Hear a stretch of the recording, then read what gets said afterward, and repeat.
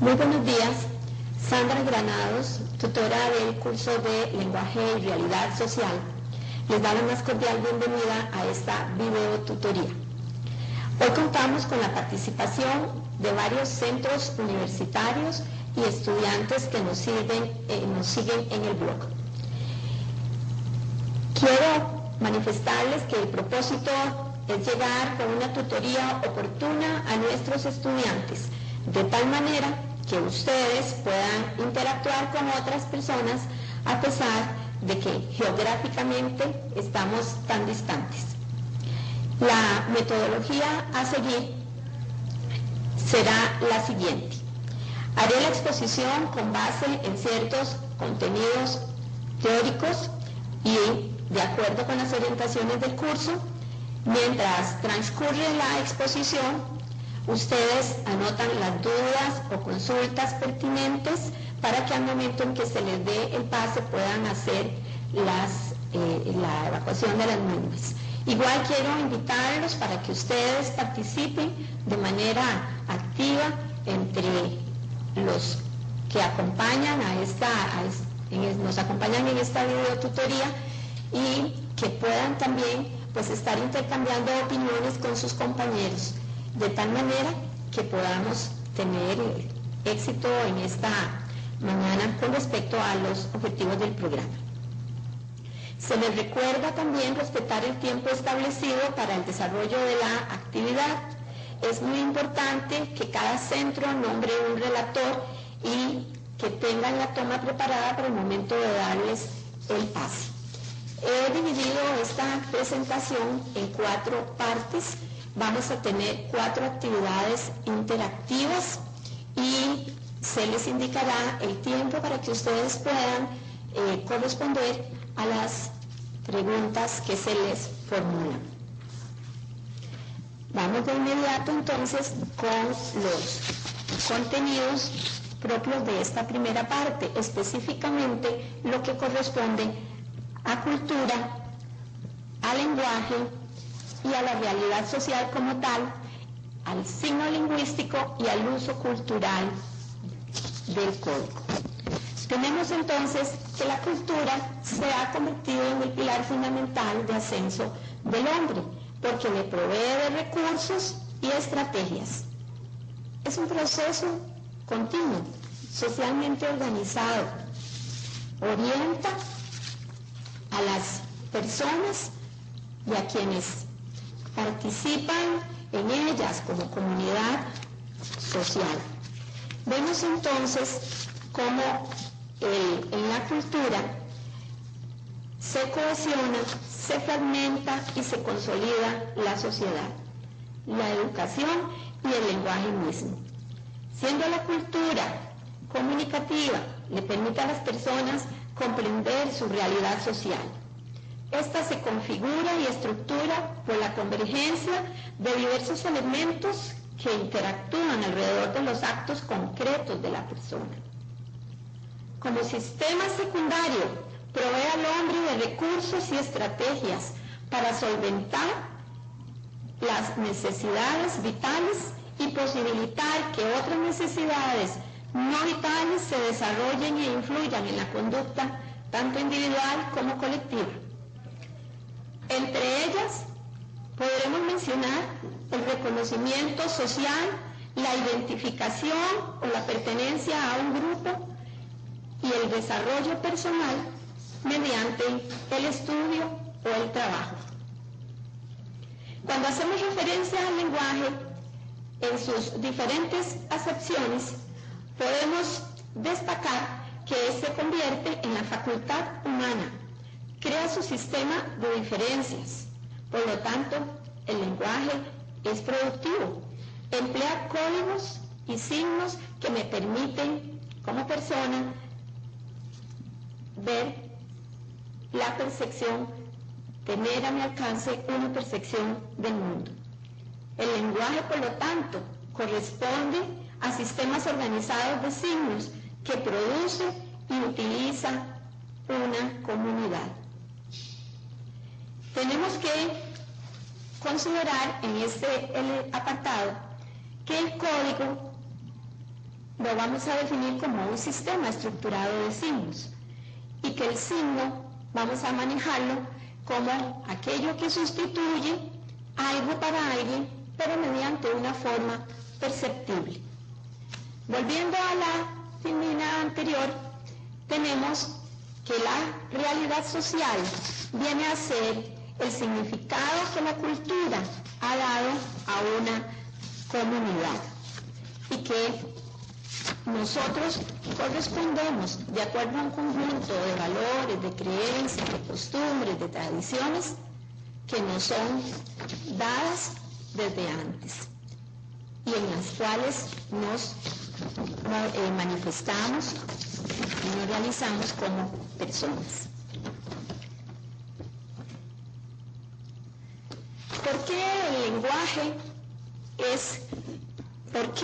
el lenguaje es productivo? Es productivo porque responde a un sistema de diferencias, porque preexiste a los objetos y a los seres. Crea un signo y lo coloca en lugar de otra cosa. Participa en la creación de la realidad social. Da significado al mundo. Lo hace comunicable. Hay una correspondencia entre el lenguaje humano que viene a combinar elementos no significativos como texturas, como sonidos, como formas, dentro de estructuras significativas, entre ellas la palabra, oraciones, textos y mensajes. Es importante destacar el signo lingüístico por ser la palabra precisamente el signo más estudiado. De acuerdo con Ferdinand de Saussure, los signos ni se originan ni son atributo de las cosas, son un producto cultural. La palabra, como bien lo apunta la autora en el libro correspondiente a este curso, viene a ser el signo más estudiado porque a través de él las cosas, los objetos de la realidad se hacen comunicables. Los elementos que lo conforman, significante y significado. Cuando hablamos del significante y el significado, vamos a pensar en la correspondencia que hay entre estos dos elementos y que es lo que me permite establecer el signo, restablecer el signo y se produce la significación que viene a ser el efecto que un mensaje logra para producir en un eventual receptor. Debemos pensar también en que esta correspondencia no es algo que esté guardado en el signo, sino que dependerá del grupo o la colectividad que le ha dado un significado a ese signo. Los signos solo adquieren significado al ser parte de una interacción social y dentro de una determinada cultura como contexto. Vamos a observar una representación de los componentes del signo lingüístico. En esta representación vemos cómo la palabra, como bien hemos apuntado, corresponde al signo lingüístico y es el signo más estudiado. Vemos los dos componentes, tenemos el significado que responde al concepto, a la parte inmaterial, y el significante a la imagen acústica. Se apuntan dos ejemplos en el texto, pero uno de los más relevantes quizás es pensar en el signo lingüístico mediante el ejemplo de la hoja en blanco, donde por un lado nosotros vamos a tener el significante y por el otro lado el significado, pero que ambos deben existir, no podemos separarlos. En ese sentido, vemos que hemos establecido una serie de elementos y de características que se le dan al signo lingüístico, entre ellas que el signo lingüístico es lineal. ¿Por qué decimos que el signo lingüístico es lineal? Porque al hablar de una imagen acústica, nosotros no podríamos pensar en devolvernos. Siempre los sonidos van a tener o nos van a crear una imagen de acuerdo a ese orden dado. Pensemos también que en esta estructura entran en juego las convenciones sociales, que vienen a ser los acuerdos colectivos con carácter histórico y cultural, que establece costumbres, que establece tradiciones o formas de uso en relación con algo. Hablamos de que el signo es arbitrario, porque obedece a que los signos son productos de grupos sociales, son producidos por los diferentes grupos sociales y podrían ser de una manera distinta a como se ha establecido. Por lo tanto, lo arbitrario se aplica a que es un producto social. Como el signo es arbitrario, la relación entre significante y significado no es natural. Se trata de elementos distintos que han sido unidos a la fuerza, y el significado dependerá del contexto en que se encuentre una palabra. Muchas veces nosotros escuchamos en situaciones comunicativas advertencias respecto a estar fuera de contexto. Si ejemplificamos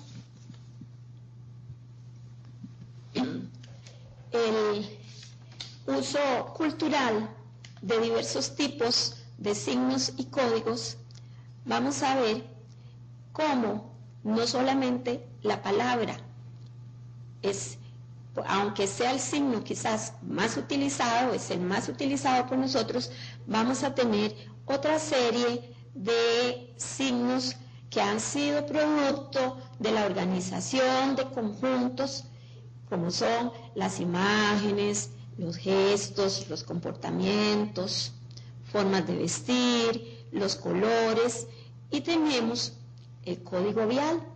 Este código vial que se ha estandarizado inclusive para que en los diferentes países no se preste a la desorientación de quienes lo usan. El código lingüístico influye, por supuesto, en todos los demás. Si hablamos de los gestos, podríamos pensar en que no es preciso recurrir a este signo lingüístico para dar mensajes, ya sea que nos guiñan un ojo, que nos hagan un saludo, que nos levanten la mano para decirnos que nos detengamos. Influye también las formas de vestir, me dan información respecto a las diversas situaciones comunicativas en que se encuentran las personas, me dan información, los colores.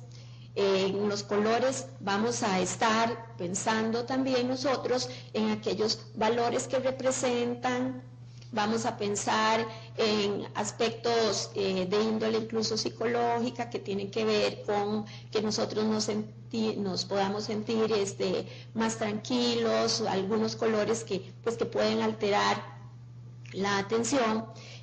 Pensemos en las imágenes cuando vamos en carretera y nosotros estamos pendientes de la necesidad de un restaurante, de la necesidad de un hotel o de un teléfono próximo. Entonces, a lo largo de las carreteras, de las vías, vamos a encontrar mensajes que nos van a ubicar precisamente sin necesidad del signo lingüístico, pero sí apoyados todos esos otros códigos, generalmente en este signo. Vemos cómo la distancia incluso organiza ciertos encuentros sociales. La frialdad de los pueblos nórdicos es opuesta totalmente a una conducta de acercamiento propia de nuestra cultura. Para ellos, probablemente este acercamiento lo vayan a ver de una manera irrespetuosa.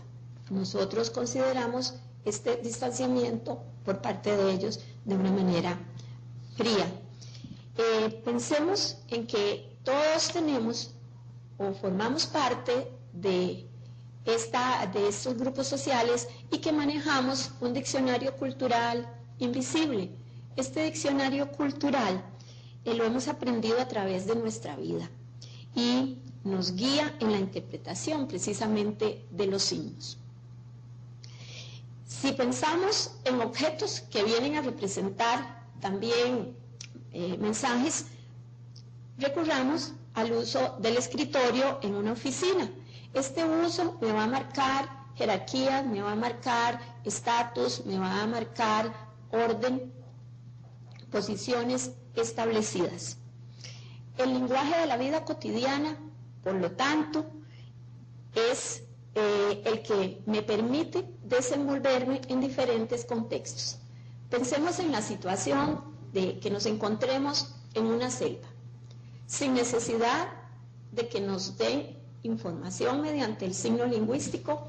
Vamos a encontrar en esa selva que tenemos que haber aprendido dentro de nuestro bagaje cultural a reconocer qué frutos son comestibles, a identificar huellas de animales, a pensar en si las condiciones del tiempo, si se aproxima lluvia.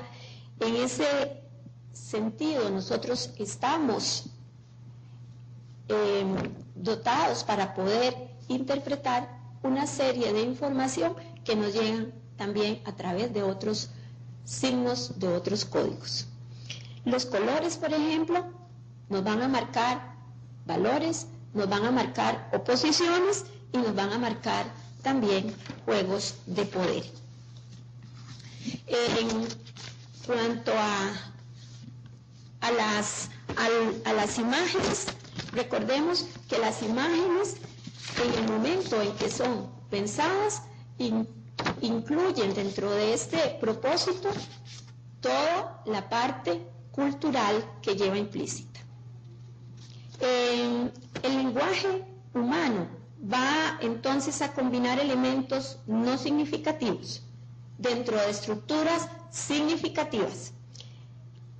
Estos elementos no significativos podrían ser las diferentes formas, texturas y sonidos.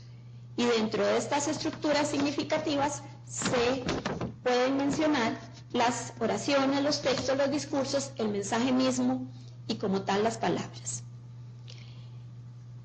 Vamos a ver el ejemplo de Gulliver en el viaje a la ciudad de Lagado y su academia de arbitristas. Este es un buen ejemplo sobre los signos y la propuesta de que exista un lenguaje sin signos. Como tal, sería un género artificial de conversaciones.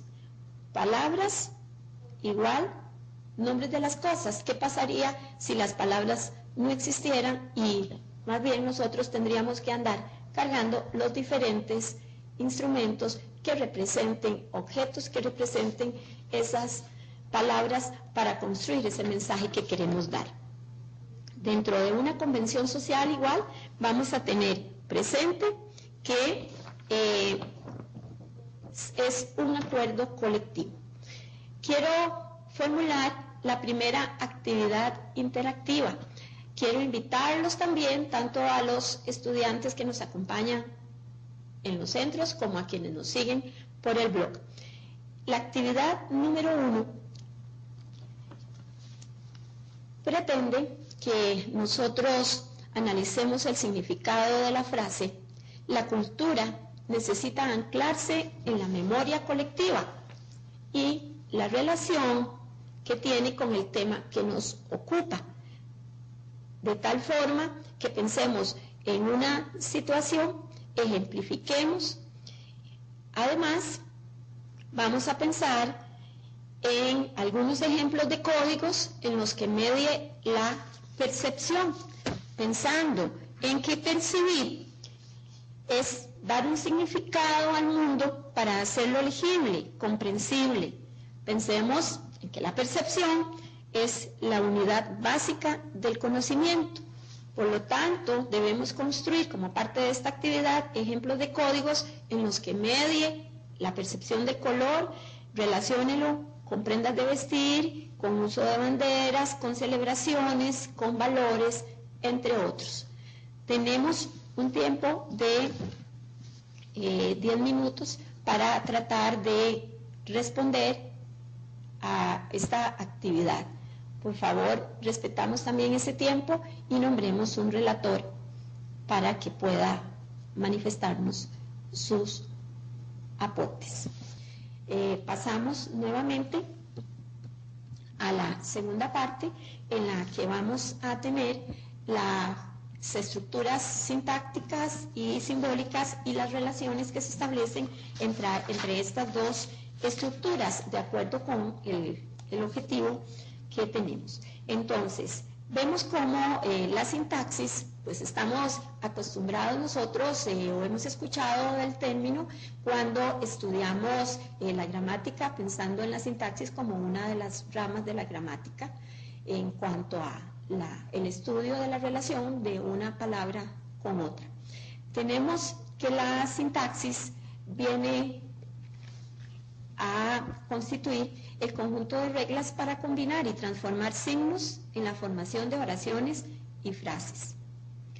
Nos permite la sintaxis también entender la forma de estructurar, ordenar y conectar los signos dentro de un texto, sea este verbal o no. El término neutro con posibilidades para el uso de un código en la producción de textos también corresponde a la sintaxis. Dentro de esta sintaxis vamos a encontrar dos elementos. Vamos a hablar de la estructura sintáctica, y esta estructura sintáctica pues va a depender también del contexto donde se combinan las palabras y se relacionan estas, sin necesidad de que se oriente por las reglas del código. Entonces nosotros vamos a formar oraciones cada vez que damos un mensaje, un discurso, desde el momento en que nosotros nos despertamos, nos levantamos, que empezamos a hacer enunciados de saludos, a manifestar situaciones comunicativas que van a tener como propósito el desarrollo o el cumplimiento de ese día, ya sea en el trabajo, en el entorno laboral, en un contexto familiar. Entonces pasamos construyendo frases, oraciones, mensajes. La estructura sintáctica no responde al contenido como tal, me interesa la relación de esa palabra, el contenido que nosotros le demos a esto y que el receptor pueda interpretar, va a ser precisamente producto de esa percepción, incluso que tenga la persona respecto a lo que está viendo o escuchando. La estructura sintáctica busca producir una forma textual, perceptible y funcional para sostener el proceso de significación. Por otro lado tenemos la estructura simbólica. Ya aquí estamos hablando de un plano, de un marco interpretativo totalmente. Se produce dentro del sistema de significación cultural.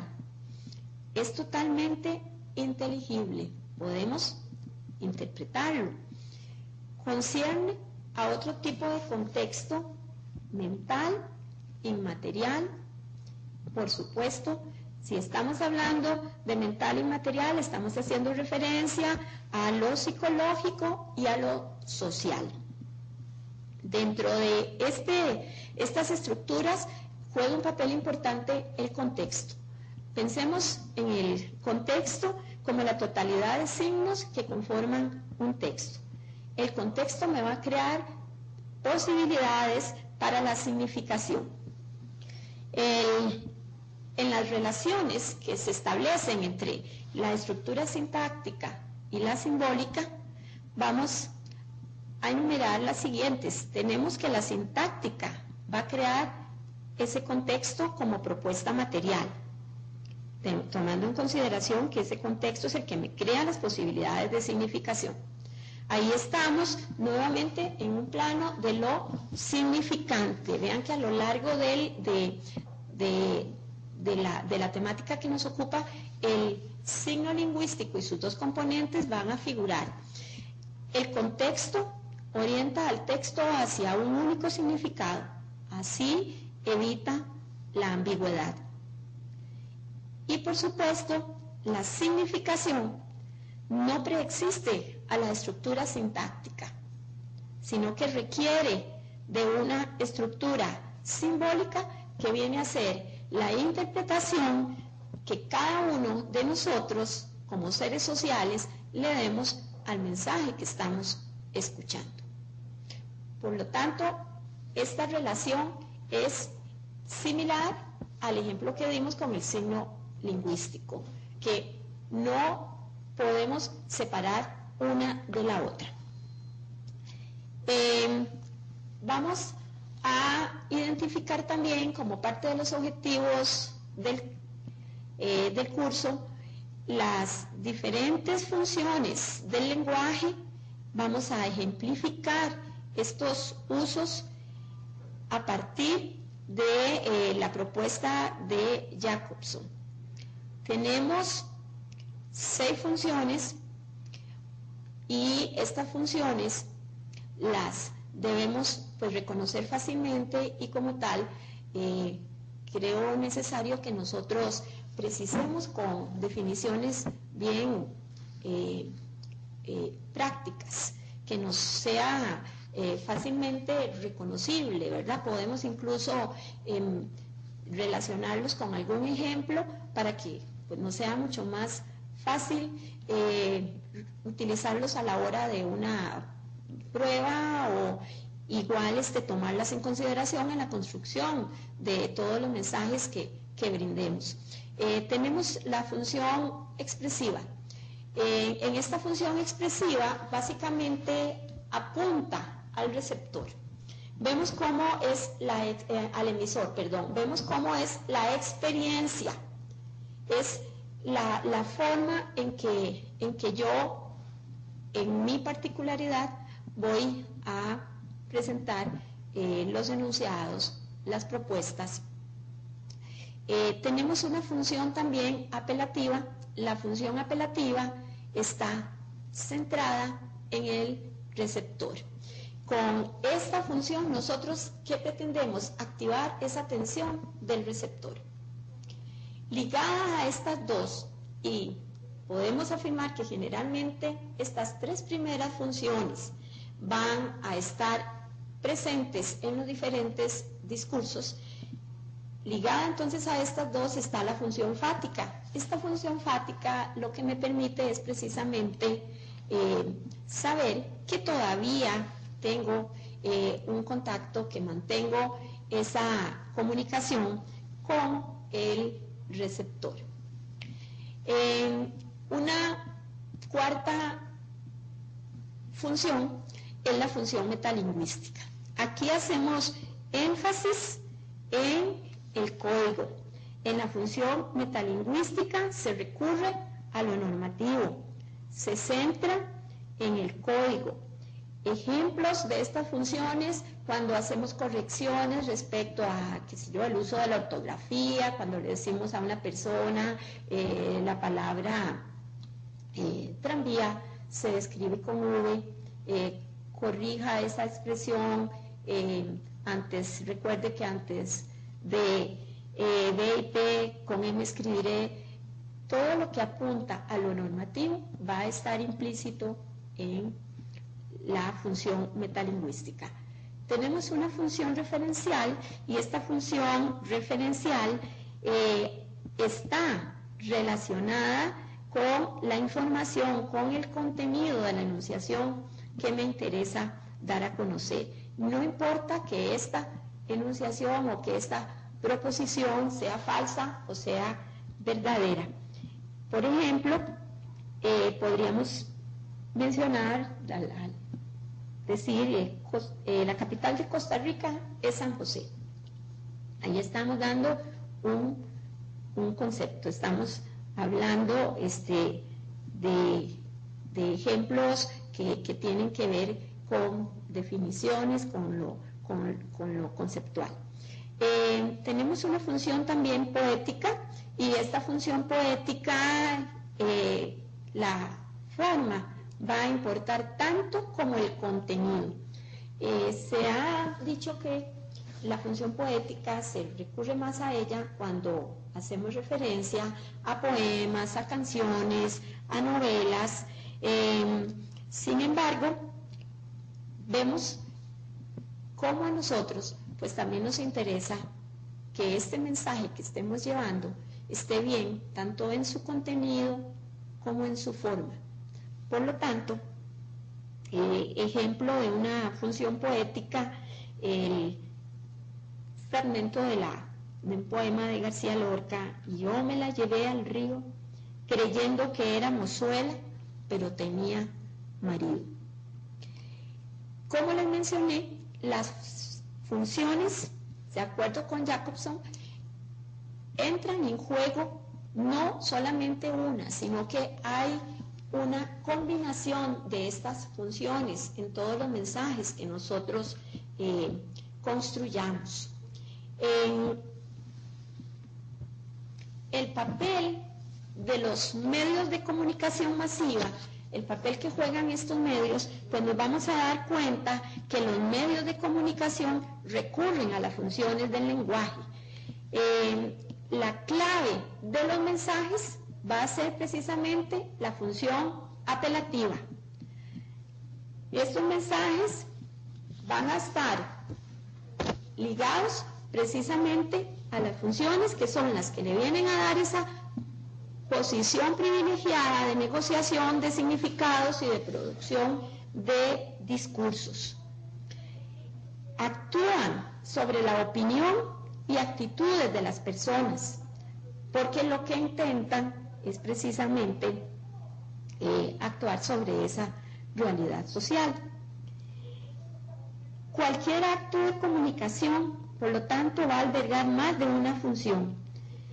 En los mensajes que nos dan los medios de comunicación, nosotros vamos a ver que hay una serie de decisiones que no son precisamente producto de una sola persona, sino que detrás de cada mensaje hay una serie de intereses, hay una serie de propuestas que tienen como objetivo informarnos, entretenernos muchas veces, modificar ciertos comportamientos, ya sea comportamientos incluso de consumo.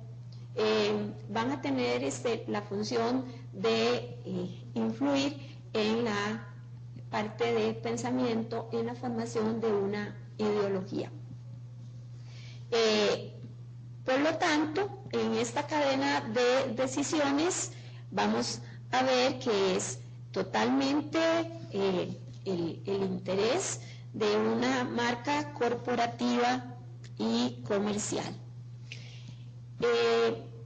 ¿Qué sucede con la comunicación de imágenes visuales? Una imagen desencadena reacciones. Su significado pertenece a lo cultural como universo de sentido. Tenemos lo convencional dentro de estas imágenes visuales porque, de acuerdo al código que utilicemos, esto me va a orientar a la lectura de una imagen. En la publicidad esto es fundamental.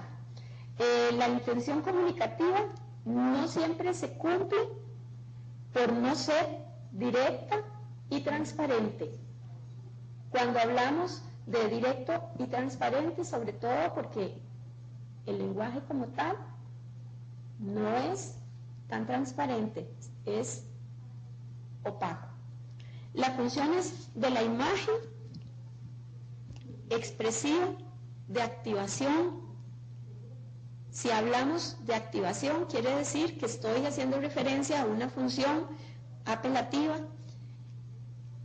De acuerdo con Gombrich, la imagen, cuando hablo de las funciones de la imagen, ya no entran en juego solamente las funciones o todas las funciones que hemos visto y que corresponden a las definidas por Jacobson, sino que él ya aquí hace referencia a tres funciones: la expresiva, por supuesto que la de activación, que es la que correspondería a la apelativa en las funciones de Jacobson, y se menciona una imagen descriptiva que viene a sustituir precisamente o está ligada con la función referencial de Jacobson.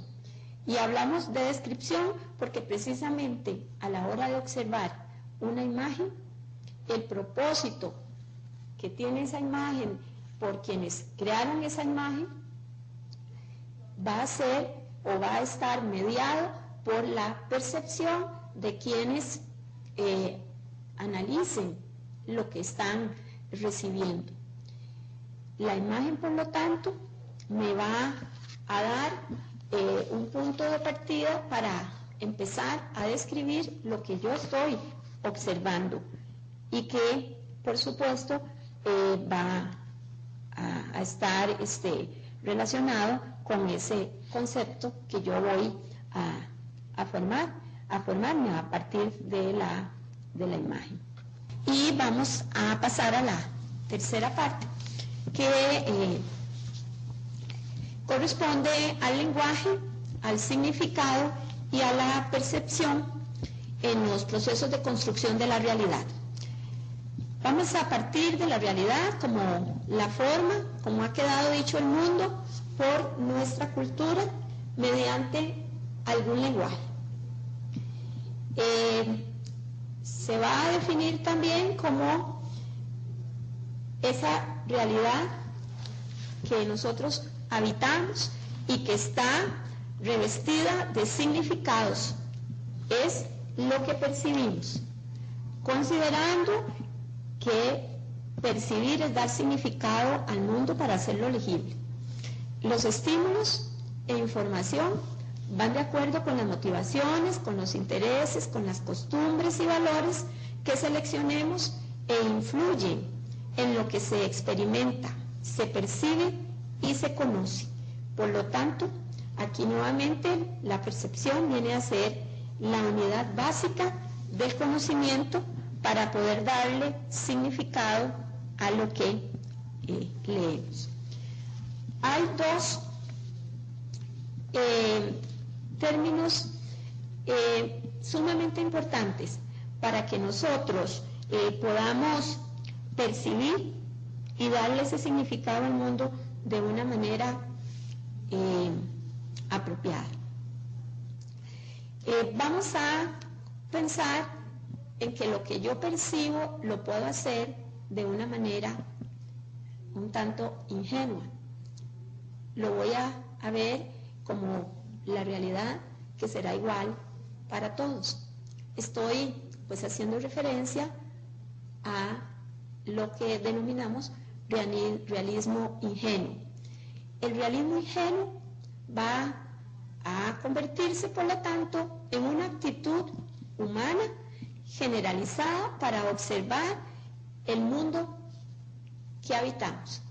Vamos a pensar esta definición está dada por Canisa y vamos a meditar, a pensar si realmente lo que me está llegando, la forma en que yo pues estoy trabajando respecto a mi realidad social es o está mediada por otros elementos, o yo tengo que verlo precisamente como esa actitud que generaliza. La realidad experimentada está completa y será la misma para cualquier persona desde un punto de vista de realismo ingenuo. Desde este realismo ingenuo yo puedo ignorar el carácter productivo del lenguaje. Voy a pensar entonces en un lenguaje reproductivo y no productivo. Desde un realismo ingenuo voy a suponer que no hay mediaciones ni distorsiones en el proceso de percepción y de conocimiento. En este punto estaría incluso pensando que todos percibimos de una misma forma y que el significado que yo le dé al mundo va a ser el significado de los demás, ¿verdad? En el realismo crítico, que debemos apuntar hacia esta forma de pensamiento, la persona va a reconocer que el lenguaje es productivo, no reproductivo. La experiencia con el mundo no es una experiencia directa, sino un conocimiento que va a estar mediado por el sistema de significación cultural. Ese sistema de significación cultural nos ha llegado a través de una formación familiar, de una formación educativa, a través de los diferentes contextos en los que nos desenvolvemos. En el realismo crítico, la percepción, la interpretación y el conocimiento son procesos sociales, pero con puntos ciegos, y producen transformaciones sobre aquello en lo que actúan. Me da una posibilidad de interpretación, me da una posibilidad de desconfiar en lo que se me está presentando como único, como validero, para llegar a mis propias conclusiones a partir de esa actitud de percepción que tenga ante lo que estoy observando. En este sentido, vean que es sumamente importante que nosotros, como estudiantes, como participantes de una sociedad, si queremos tener papeles fundamentales y activos en lo que es la crítica a lo que nos facilita el medio, debemos poner en práctica el realismo crítico. En el texto se nos habla de los anteojos culturales, esos anteojos culturales que tenemos para ver la realidad, para pensar en otras formas de interpretación, para ver nosotros y reconocer en esos procesos sociales en los que participamos qué nos afecta y de qué manera podemos solventar hasta las mismas necesidades que sostienen pues nuestro rendimiento como personas, como entes, como seres funcionales dentro de este marco social en el que compartimos. Vamos a trabajar ahora con los aspectos de la realidad social. Cuando hablamos de la realidad social, de nuestra realidad social y del papel que jugamos como personas que interactúan y que tienen toda una carga cultural que está mediando en su vida. Vamos a hacer referencia a conceptos sumamente prácticos como son las normas, los roles, los estereotipos, lo que tiene que ver con los refuerzos o premios y las sanciones también a las que nos sometemos cuando infringimos alguna regla, alguna norma. Las normas las vamos a definir como las reglas que ordenan el comportamiento social. Se internalizan y se convierten en creencias que orientan nuestra conducta psíquica social. Los roles obedecen a ese conjunto establecido